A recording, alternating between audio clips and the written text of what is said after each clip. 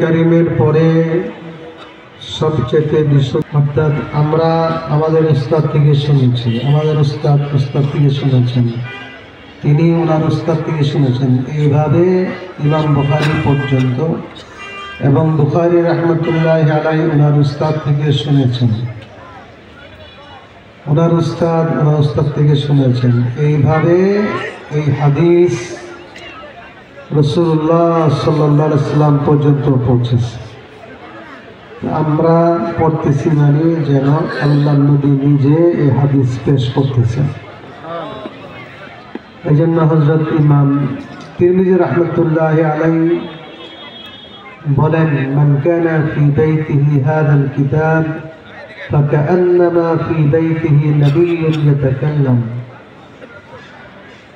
তিনি সুনানুত তিরমিজি সিহাসিত্তার একটি বিশিষ্ট কিতাব লিখে বলেন, যার ঘরে এই তিরমিজি শরীফ কিতাব আছে সেই ঘরে যেন কথা বলতেছেন। সুবহানাল্লাহ।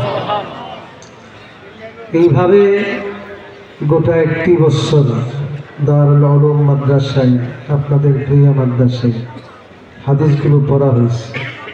হাদিসগুলো হুজুরান পড়েছেন যেন আল্লাহ নবী নিজেই পড়েছেন। যাই হোক, এই মুবারক দরসের জলসাতে আমরা সকলেই উপস্থিত হতে পেরে আল্লাহ শুকরিয়া জানাই, আলহামদুলিল্লাহ। কোরআনে কারিমের পরে সবচেয়ে বিশুদ্ধ কিতাব এই বুখারী শরীফ। এই কিতাব শুরু করেছেন ইমাম বুখারী রাহিমাহুল্লাহু তাআলা, বাব কাইফা কানা বাদউল ওয়াহয়ি ইলা রাসূলিল্লাহ সাল্লাল্লাহু আলাইহি ওয়াসাল্লাম। ওয়াহির মাধ্যমে শুরু করেছেন। আজকে শেষ সবক যা আমরা শুনলাম, ওয়ানাদাউল মাওয়াজিনুল কিসতা লিয়াউমিল কিয়ামা ওয়া হুয়া আইনুল ওয়াহী, এটা ওয়াহী। ওয়াহির মাধ্যমে শুরু করলেন, আবার ওয়াহির মাধ্যমে শেষ করলেন। যার দ্বারা শুরু তার দ্বারা শেষ। কিতাব শুরু শেষের মধ্যে একটা মুনাসাবাত রয়েছে। এটাকে হাফেজ ইবনে হাজার আসকালানী বলেন, হাযা মিন কাবিল আন-নিহায়া ইলা মা মিনহুল বিদায়া, আন-নিহায়া ইলা মা মিনহুল বিদায়া। যার দ্বারা হয়েছিল কিতাবের বিদায়া, তার দ্বারা হলো কিতাবের নেহায়া। যার দ্বারা হয়েছে কিতাব শুরু, তার দ্বারা হলো কিতাব শুরু হয়েছে, ওহীর দ্বারা শেষ হয়েছে। হাদিহি আল মুনাসাবাতু বাইনা আউয়ালিল কিতাব ওয়া আখিরিল কিতাব। তিনি বলেন, ওয়া নি'মাল খাতমু বিহা, এই ধরনের কিতাব শেষ করা হলো অত্যন্ত নেতা। দ্বিতীয় আরেকটি কথা হলো, ওহীর দ্বারাই শুরু করলেন, ওহীর দ্বারাই শেষ করলেন। ওহী অর্থাৎ আল্লাহর বাণী, কোরআন সুন্নাহ। এর দিকে ইশারা হলো আন্না হাল্লাল মুশকিলাত লা ইমকিনু ইল্লা বিল ওয়াহী, আই বির রুজু'i ইলা কিতাবিল্লাহি ওয়া সুন্নতি রাসূলিহি সাল্লাল্লাহু আলাইহি ওয়াসাল্লাম। এই বর্তমান বাংলাদেশের সমস্যার সমাধান, গোটা বিশ্বের সমস্যার সমাধান ওয়াহী ছাড়া, অর্থাৎ কোরআন সুন্নাহ ছাড়া সমাধান করা সম্ভব নয়। কোরআন সুন্নাহর মাধ্যমেই বাংলাদেশের সমস্যার সমাধান হবে, পৃথিবীর সমস্যার সমাধান হবে। সারা দুনিয়ার মানুষ কোরআন সুন্নাহর দিকে রুজু হতে হবে, তথা ইসলামের দিকে আসতে হবে। ইসলামই হল, আল ইসলাম হুয়াল হল। ইসলামই সমাধান দিতে পারে, কোরআন সুন্নাহই সমাধান দিতে পারে, আর কিছু নয়। দুই নম্বর হলো, আমরা প্রথম হাদিস পড়েছি, ইন্নামাল আমাল বিন্নিয়াত, সমস্ত আমল নির্ভর করে নিয়তের উপর। আজকের সবাইকে বলেছি আন্না আমালা বনি আদম ওয়া কাওলুহুম ইউজান। মূল সবক হলো এটা। আয়াত যেটা পড়েছি ওনাদাউল মাওয়াজিন কিসতাল ইয়াউমিল কিয়ামা, এটা হলো দলিল। আসল সবক হলো ওয়ান্না আমালা বনি আদম ওয়া কাওলুহুম ইউজান। বনি আদমের আমল কওল ওজন হবে। এখানেও আমালের দ্বারা শুরু, আবার আমালের দ্বারা শেষ। এখানে মুনাসাবাতটা হলো ইন্নামাল আমাল বিন্নিয়াত ফিদ দুনিয়া। নিয়তের সাথে আমল করবে বান্দা কোথায়? ওয়ান্না আমালা বনি আদম ওয়া কাওলুহুম ইউজান। আমলের ওজন হবে কোথায়? আখিরাত।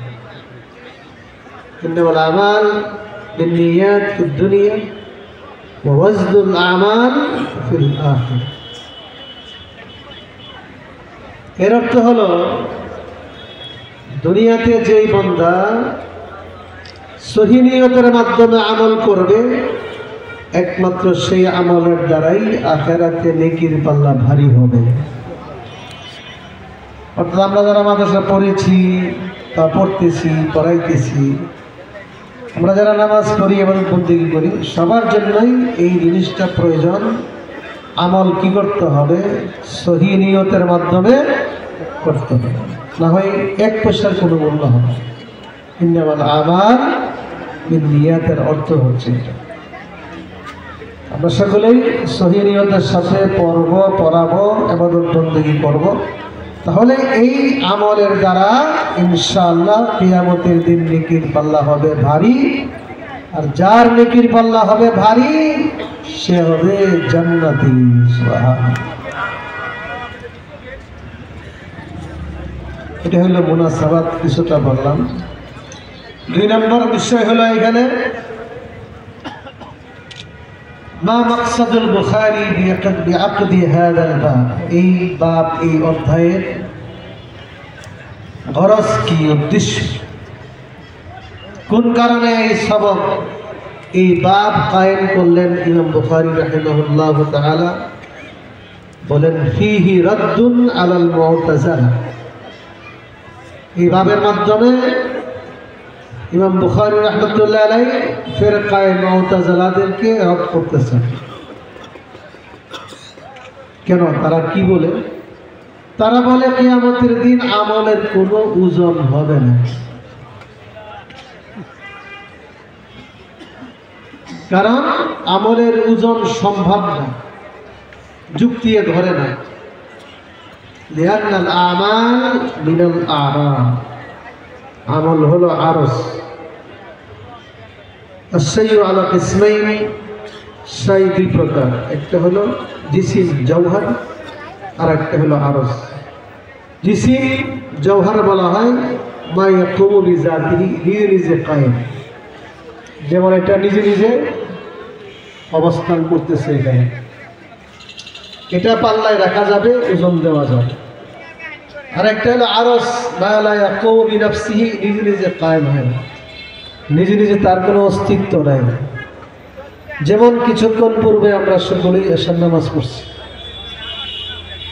এশার নামাজ, তার অস্তিত্ব আছে কোথায়? কোনো জিসিম আছে? কারো সাথে আছে নামাজটা? নেই। না থাকলে ধরবেন কিভাবে? পাল্লায় রাখবেন কিভাবে? পাল্লায় রাখতে না পারলে ওজন দেওয়া যাবে? এই জন্য তারা বলতেছে, এই যুক্তির কারণে বলতেছে আমলের ওজন দেওয়া সম্ভব না। আমাদের আহলে সুন্নাত ওয়াল জামাতের আকীদা হলো আমলের ওজন হবে। আল্লাহ কোরআনে বলেছেন আমলের ওজন হবে। আল্লাহ বলেন ওয়াল ওয়াজনু ইয়াওমা ইযিনিল হক। সূরা আরাফে আল্লাহ ইরশাদ করেন কিয়ামতের দিন আমল সত্যি সংগঠিত হবে। فمن ثقلت موازينه فأولئك উলাইকা হুমুল মুফলিহুন। যাদের নেকির পাল্লা হবে ভারী তারা হবে সফল কাম, চির জান্নাতি। সুবহানাল্লাহ। আল্লাহ কোরআনে বলছেন আমলের ওজন হবে। বলেন ওয়ানাযাউল মাওয়াজিনাল কিসত লিয়াউমিল কিয়ামাহ, কিয়ামতের দিন ইনসাফ কায়েম করার জন্য মিজান পাল্লা স্থাপন করো।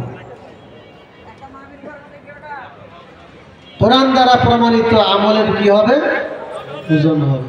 হাদিস দ্বারা প্রমাণিত সাকিলাতানি ফিল মিজান, দুইটা কলিমা অর্থাৎ তাসবিহ, আল্লাহর জিকির মিজানেতে নেকির পাল্লাতে অনেক ভারী হবে, ওজন দিলে তো ভারী হবে। কোরআন এবং হাদিস দ্বারা প্রমাণিত আমলের ওজন হবে। মুতাজিলারা বলে সম্ভব না, আমি কই তোমাদের জন্য সম্ভব না। আল্লাহর জন্য কোনো কিছু অসম্ভব বলতে আমরা পারি না দেখে আল্লাহ পারবে না? আল্লাহ পারবে কিনা? কারণ ইন্নাল্লাহা আলা কুল্লি শাইইন কাদির, আল্লাহ নিশ্চয়ই পারবেন। আল্লাহ যেহেতু বলছেন, রাসূল বলেছেন, আমাদের দায়িত্ব হলো বিশ্বাস করা, ঈমান আনা। হাদা আসলাম ফিল জওয়াব। যুক্তি নাই, তোমরা যুক্তি দিয়া বলো আরজ মাপা যাবে না, জিসিম নাই, ধরা যায় না, পাল্লায় রাখা যায় না। আমরা বলবো তোমাদের যুক্তিতে নাই মুক্তি, ঈমানের মধ্যে মুক্তি। 2 নম্বর, যুক্তি দেওয়া প্রমাণ পাওয়া যায় আমলের ওজন সম্ভব। যেমন যেই জিনিসের জিসিম ধরা যায় না, পাল্লায় রাখা যায় না, বর্তমান বিজ্ঞান প্রযুক্তির মাধ্যমে এমন যন্ত্র আবিষ্কার হয়েছে, এই যন্ত্রের দ্বারা এ ধরনের তীক্ষ্ণ জিনিস মাপ দেওয়া সম্ভব। যেমন তাপমাত্রা, বর্তমানে আমাদের কার শরীরে কত তাপ আছে ভাবতে পারবেন না? ছোট্ট একটা যন্ত্র বিজ্ঞানে আবিষ্কার করছে, থার্মোমিটার।